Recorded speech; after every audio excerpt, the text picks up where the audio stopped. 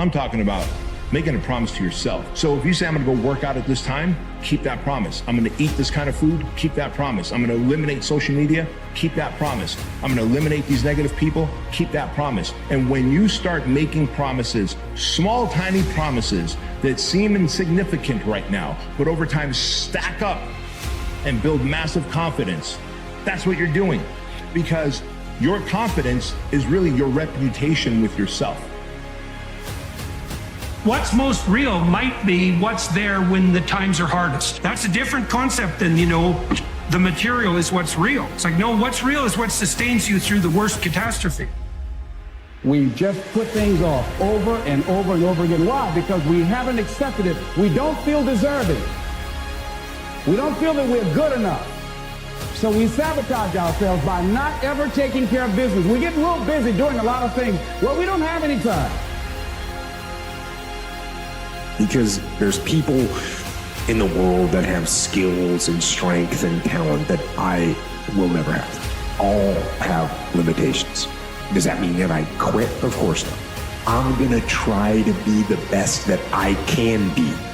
The strongest, the fastest, the smartest. That's what I'm gonna go for. It is possible. How close can I get to that greatness? Dreams without goals are just dreams, and they ultimately fuel disappointment. In order to achieve your goals, you must apply discipline and consistency.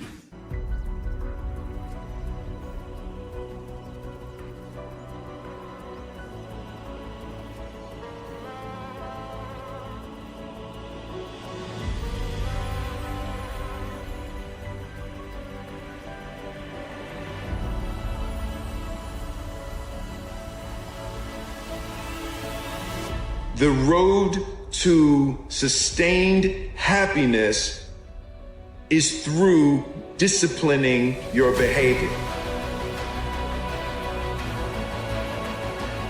Discipline eats motivation for breakfast. You don't need motivation. It's great if it rhymes. It's some extra fuel on the fire. But discipline is the thing that you need. What would you tomorrow want you today to do? You tomorrow would want you to keep that promise. And it's why discipline is so much more valuable. Must be something deeper than what money is. Something bigger than what's on the face of the money. The one thing that's bigger is the face that you see in the mirror. Something inside of the soul that only you and God can see that says, there's deeper meaning to life than the job. There's more to you than the dollar. You got to get into your calling. You got to get into the thing that you were chosen to do. And the only way you do that is you got to get off the bench. When people don't have a sense of their purpose, that's an indication of disconnection. But you weren't connected to you. You had been disconnected from yourself, so you don't even feel the capacity to dream again. And so when you are confident, you will experience temporary defeat. When you are insecure and you lack confidence, you will interpret temporary defeat as failure, and you will give up. And that is how people become average. That is how people stay average. And that is how years will go by, and you will see that person and you go, man, they had so much potential, but for some reason failed to launch in life. And it is because they accepted doubt and they eroded confidence. No matter what's going on in your life is not permanent. Everything is going to change. So there's two things you can do with change. You can react to it or you can participate in it. It's gonna change anyway. Every day you have to plan. Every day. Hard work works.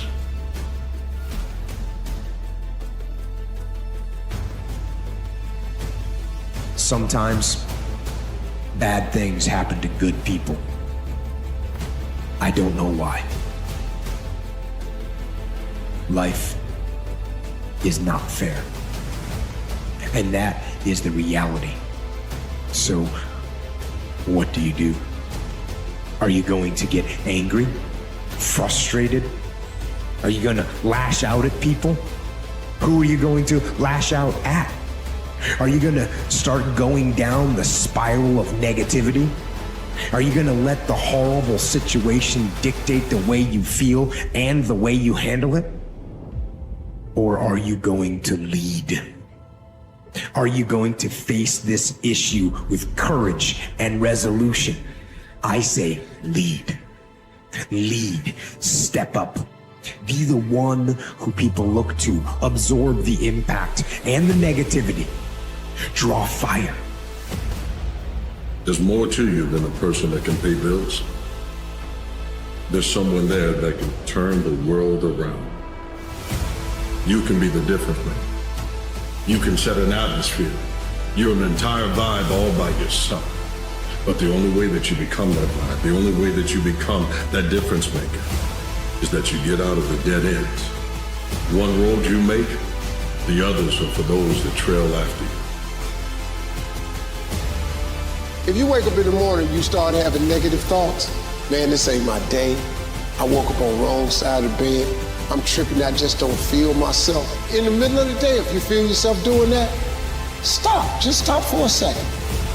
And start going over in your mind everything you have to be grateful for. Not everything you want. Everything you already have. Because what you have is substantial.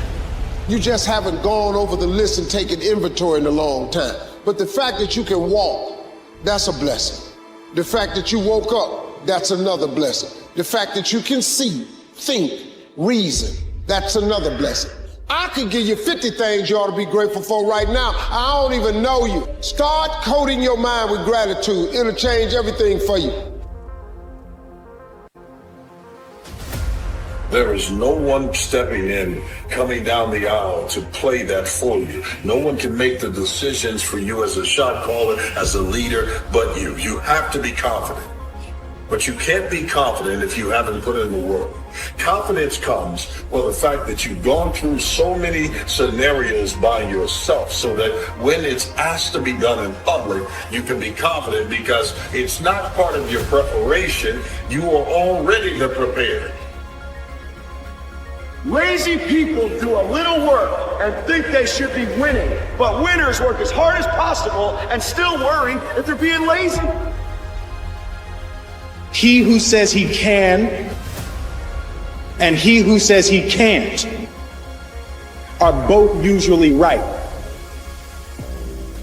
As we begin to look at what we want, as we begin to look toward the future, what's going to be crucial for you is every time you find yourself saying that you can't do something, you've got to affirm to yourself, hey, no, I can make it. This can happen for me. You've got powers within you, talents within you that you haven't even reached for yet. Now, whatever goal you have, here's what we know. You're going to have some opposition. You're going to have some difficulties. You're going to have some challenges.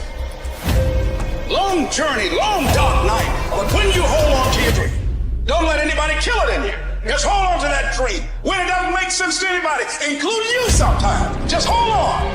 Once you give yourself an opportunity to try and to stretch, you'll find out you can do more than you can ever begin to imagine. Why do you have goals?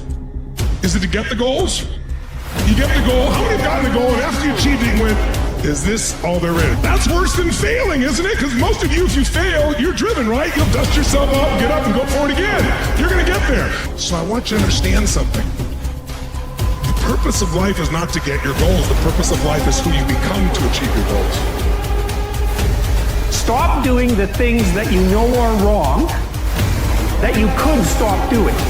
But we will presume that there are things that you're doing that for one reason or another you know are not in your best interests. There's something about them that you just know you should stop. They're kind of self-evident to you. Other things you're going to be doubtful about. You're not going to know which way is up and which way is down. But there are things that you're doing that you know you shouldn't do. But there's another subset that you could stop doing. It might be a little thing. Well, that's fine. Stop doing it and see what happens. And every day you fight not wanting to get up. And you do anyway. You chip another piece off that fucking rock. And every day you fucking eat the right foods. And every day you go to train. You train harder and harder and harder and harder. And you get up early. And all these things you do to start forming yourself. You're chipping another fucking piece of that rock up. Before you know it, you have this beautiful fucking piece of artwork that you built. Can you be committed to the process of what you're doing without being emotionally attached to the results of what you're doing? I'm gonna ask you again, can you be committed to the process of what you're doing without being emotionally attached to the results of what you're doing? If the outcome of the result changes, will you still be the same individual? You gotta stop waiting for somebody else to give you permission to become the person you want to become. If you want to be an author, write. And as soon as you start writing, you're an author. If you want to become a musician, play music every day, and you're a musician. Nobody needs to give you permission. Your problem is you're up here thinking about it when you need to get out of your head and just start doing it. Because the second you start doing it, you become it. It doesn't matter what you say. It matters what you do. And if I want to figure out what you believe, I don't ask you. I watch how you act. And I assume that your true beliefs are those that are directing your actions. And so truth is discovered in action. And that's a very different claim, you know, and it's not the claim of a passive observer. It's the claim of someone who's actively interacting with the world. And of course, we are always acting. We're always acting interactively with the world. And not only that, if we don't act interactively with the world, we cease to exist. Now the true task is never forgetting it, right? Even when we become successful, even when things go really well and we hit a rough patch. The challenge is never forgetting the spirit, the feeling, the thought process of when we went through those moments of preparation, what it took to get over the hump, to get through the rough patches, and to continue to press forward, right? That's why I always say to people, never allow life to make you forget why you do what you do. Because a cat can become so successful, they can become a victim of their own success. The heart of a champion. What does it take to really truly be a champion? Well, it takes more than excuses. It takes more than just giving yourself a pass. There are only so many champions in the world. And true champions understand what dedication and hard work really is. True champions understand if you're gonna be a lion, you got to know what it means to go through the jungle. You can't pretend or fake it just to make it. To be a champion,